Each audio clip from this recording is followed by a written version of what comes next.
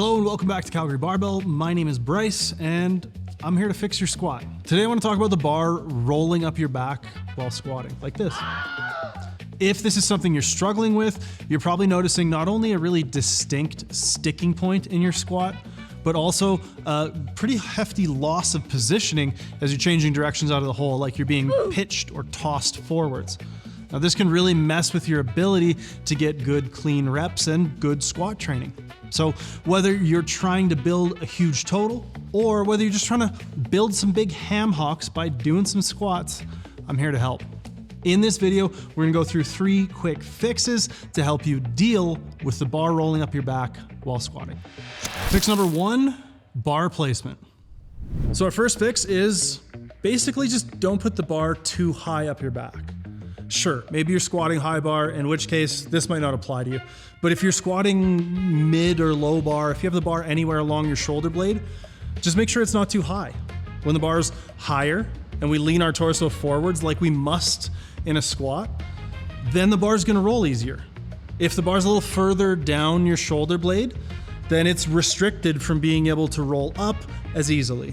The other big part of making sure that the bar is stable on your back is what we call the shelf. Now, when I say shelf, I mean all of the components that go into creating what the bar rests on. So I'm talking about your physical shoulder blades, your rib cage, all the muscles of your upper back, your elbows, wrists, all that stuff. And 2 big things that we want to focus on there. The first of those big things is to keep your shoulder blades down onto your rib cage. I see a lot of lifters go to unrack and walk out a squat and their elbows are way up out behind them, which also means their shoulder blades are winged way up off their rib cage. So what I want you to do here instead is when you unrack, allow yourself to have a little bit of a lean.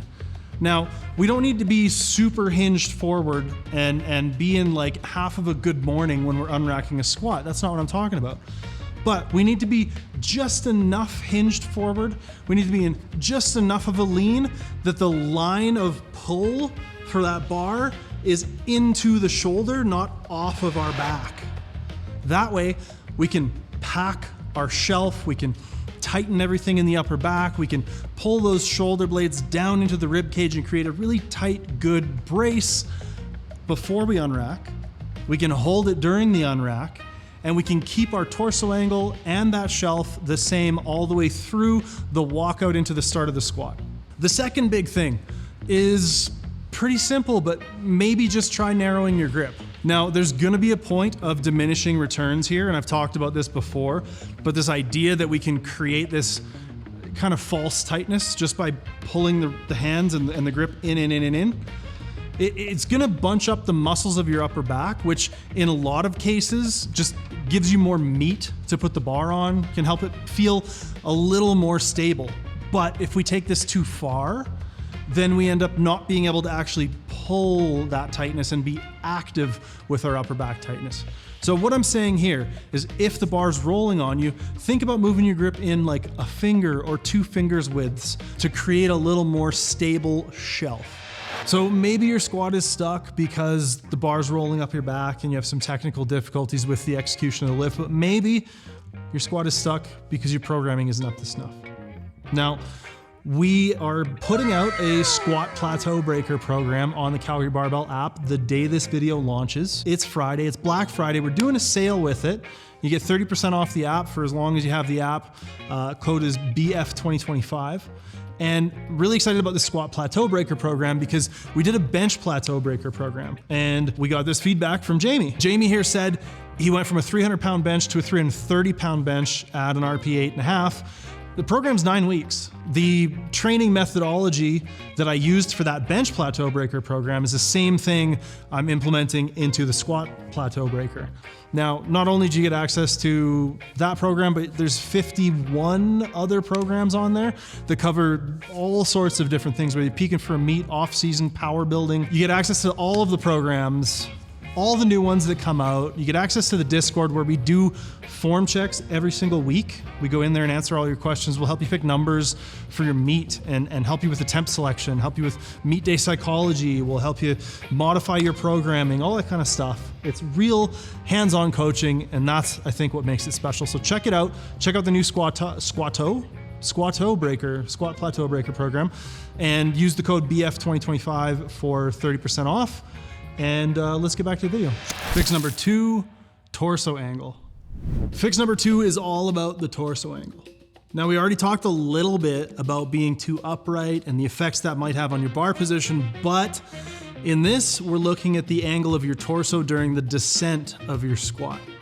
Now, many lifters have a tendency to push their knees forward more than they ought to on the descent. Now, if we're squatting to depth, what's gonna happen is we're gonna have to push the hips back. We're gonna have to bring the knees back as we get into the bottom. What this is gonna do is it's gonna knock our torso forward, and it's gonna give the bar a chance to bully us and to roll up our back and to have the momentum to pull us forward onto our toes and totally mess up our squat. Now, the best way to understand if this is your issue is to just record some squats from a straight on side angle. You can screenshot yourself at approximately the same joint angle on the descent versus on the way back up, and see if you're way more leaned forward on the way up. Now, we might be losing a little bit too much position, but we want to try to get those things closer together. And if we're seeing a huge discrepancy there, it probably means that we're trying to be too upright. We can't hit depth there, and we're gonna get pulled forward anyways, so we're better off just leaning on the descent a little more. So when you're just figuring out this torso position thing and how to incorporate it into your squat, you may need to start with what I consider the kind of training wheels of torso position, which is what a lot of lifters call the pre-hinge. Now, essentially all that means is you're gonna go through your unrack and your walkout like you normally would. However, before you start bending your knees, before you descend at all into the squat, you're gonna hinge. You're gonna push your hips back a little bit. You're gonna find that torso angle as a distinct and separate movement before you start the squat. Now, I think in the long term, the ideal is you're gonna be able to unrack with this torso angle. You're gonna be able to walk out with something similar to your squat torso angle. And if need be, you'll be able to transition into it smoothly as you initiate your squat. But if doing this pre-hinge method allows you to start to practice that torso angle better and hold that torso angle at least throughout your set of reps, then I think it's a very worthwhile way of approaching learning the torso angle. Fix number 3, get stronger. Really? Just get stronger? That's your wonderful advice, you frickin' guy? Yeah, in a roundabout way of saying, what I'm talking about is specific muscular weakness. Now, I'm gonna go through some of the particular groups of muscles that I might target if you're having this fault, and some of my favorite accessory movements to target them and make them stronger. The first of these muscle groups we're gonna look at is your upper back. Now, if your upper back isn't strong enough, then it's possible that that is one of the components that's giving out as you hit the bottom. It's not strong enough to keep your lats and upper back and that whole shelf incorporated as part of your brace.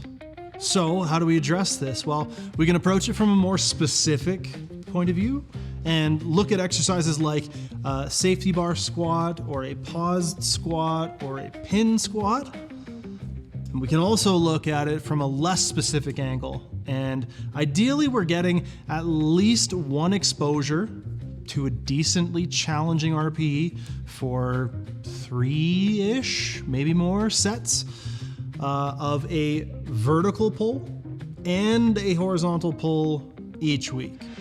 Now, if your trunk/core is the weak component, then that may be why your brace is giving out in the bottom and the bar is rolling up your back. We can target this from a more specific sort of angle, looking at things like tempo or paused or even front squats to a lesser extent to try to get more work for the core.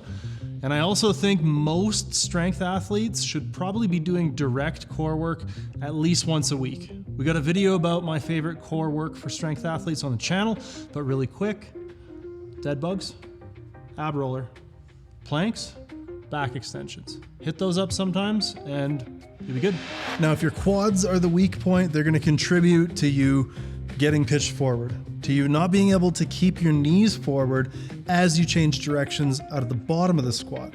To strengthen your quads in a specific way, just put a whole shitload of intention into your squat. Make sure that when you're squatting, as you change directions, you're driving or keeping your knees forwards. Load your quads when you squat. Practice with intent so that 80 to 90% of the reps you're doing look the way that you want your squat to look. Peel back the load accordingly.